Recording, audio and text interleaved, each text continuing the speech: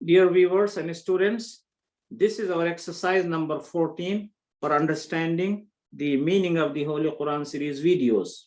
In this exercise, you will learn the meaning of the word fi and its usage in the ayat of the Holy Quran. Fi is used extensively in the Holy Quran and gives the meaning of in it, therein, or in what. The following ayat of the Holy Quran are selected to illustrate the meaning of the word fi. الذي يوسوس في صدور الناس. الذي